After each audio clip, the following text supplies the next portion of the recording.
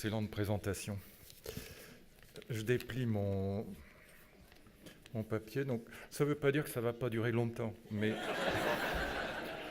c'est une autre paire de manches. Et je vais vous raconter la troisième révolution industrielle que nous sommes en train de vivre. C'est une véritable révolution. Elle est à nul autre pareil. Elle est beaucoup plus rapide, beaucoup plus puissante que les deux précédentes que je vais évoquer aussi. Elle a d'ores et déjà 3 retombées majeures que j'indique simplement au passage. La première retombée, c'est évidemment la naissance de ce qu'on appelle l'économie collaborative, qui en vérité n'est pas du tout collaborative.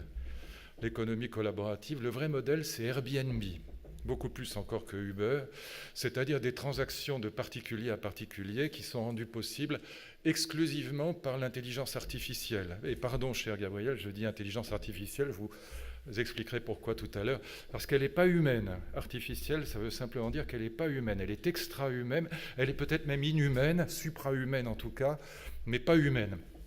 Et donc je continue à parler d'intelligence artificielle, même si je suis évidemment d'accord avec ce que disait Gabriel tout à l'heure. Pas me faire virer tout de suite. Et encore une fois, la base de la base, c'est l'intelligence artificielle. Sans elle, pas de traitement du big data sur un capteur dans votre smartphone, et donc aucune économie collaborative sans l'intelligence artificielle. C'est le cœur du cœur de la troisième révolution industrielle. La deuxième retombée, c'est la mobilité, c'est la Google Car qui est totalement au point. Il y a aussi donc c'est la voiture autopilotée. Moi, je l'ai essayée, elle est incroyable parce qu'elle est vraiment parfaitement au point cette année. Elle a fait des millions de kilomètres dans le trafic sans accident. Donc c'est vraiment une révolution. Évidemment, ça entraînera aussi la disparition d'un des métiers les plus répandus aux États-Unis, mais d'ailleurs dans le monde, qui est le métier de chauffeur. Uber a déjà acheté une centaine de voitures autopilotées, et donc ce sont des métiers qui sont en voie de disparition, avec un problème majeur sur lequel je reviendrai. Est-ce qu'on va vivre la fin du travail? C'est une idée totalement fausse, mais qui est aujourd'hui très répandue, parce que les gens s'imaginent que l'innovation va forcément détruire le travail, ce qui est complètement idiot. La première grande révolte contre l'innovation, c'est le modèle du débat Uber et les taxis, Airbnb les hôteliers, Blablacar les loueurs de voitures, etc. C'est le même modèle. 1831, la révolte des canuts à Lyon. Donc ces ouvriers canuts se révoltent contre la machine Jacquard, et c'est là que le mot sabotage, figurez-vous, là encore ami cuistre, bonjour, rebonjour, même le mot sabotage va prendre son sens actuel. Avant, saboter au Moyen-Âge, ça voulait dire taper par terre pour applaudir quelqu'un ou pour l'empêcher de parler.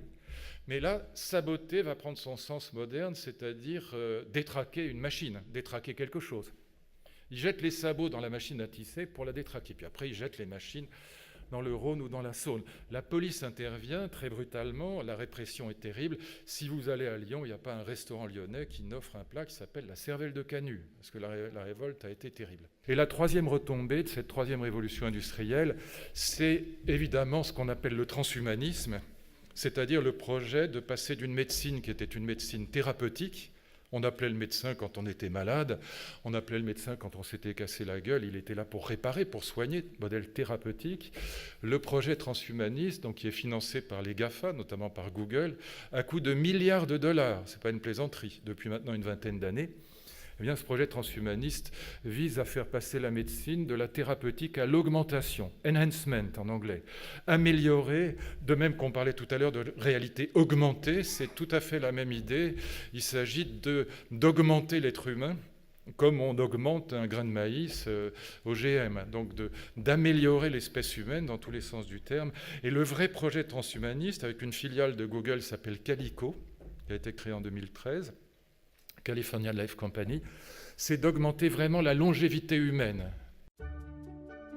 Voilà, mes amis. Merci.